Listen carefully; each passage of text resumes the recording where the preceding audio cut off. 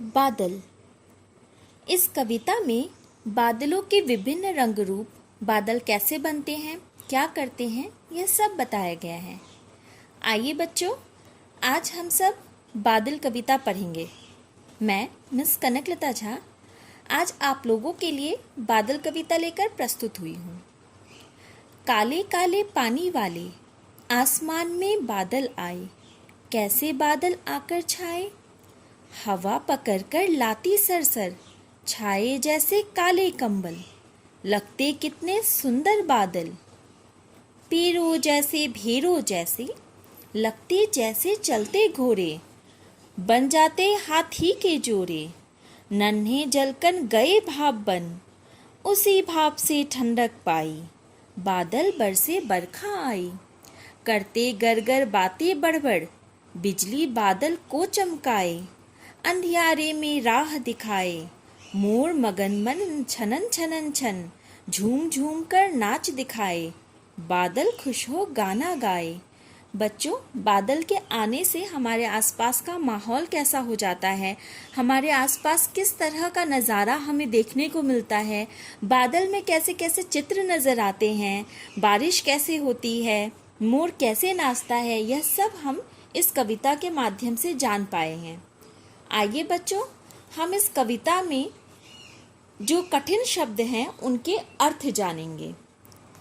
जलकण अर्थात पानी की छोटी छोटी बूंदें, बरखा बारिश, अंधियारा अंधेरा, राह रास्ता, मगन मस्त।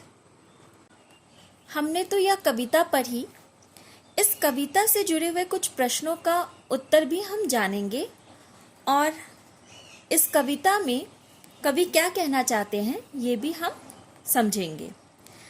जो पहला प्रश्न है लिखित का, वह है बारिश लाने वाले बादल किस रंग के होते हैं।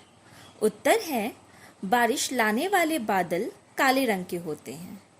बादलों में किस किस की शक्ल दिखाई देती है। बादलों में घोड़े और हाथियों की शक्ल दिखाई देती है।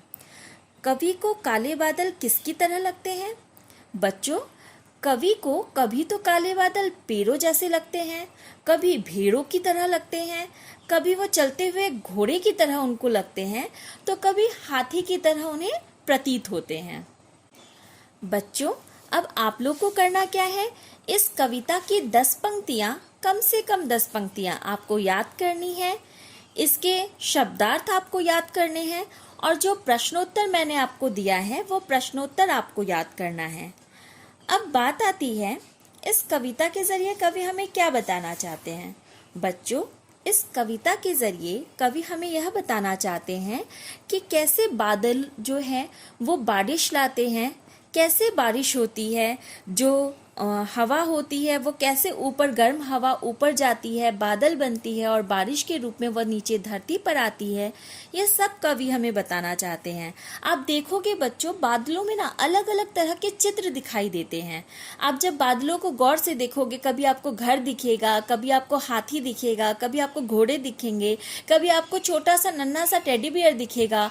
तो आप बहुत सारी चीज़ें, बहुत सारी आकृति अपनी कल्पना से बनाकर बादलों में देख सकते हैं।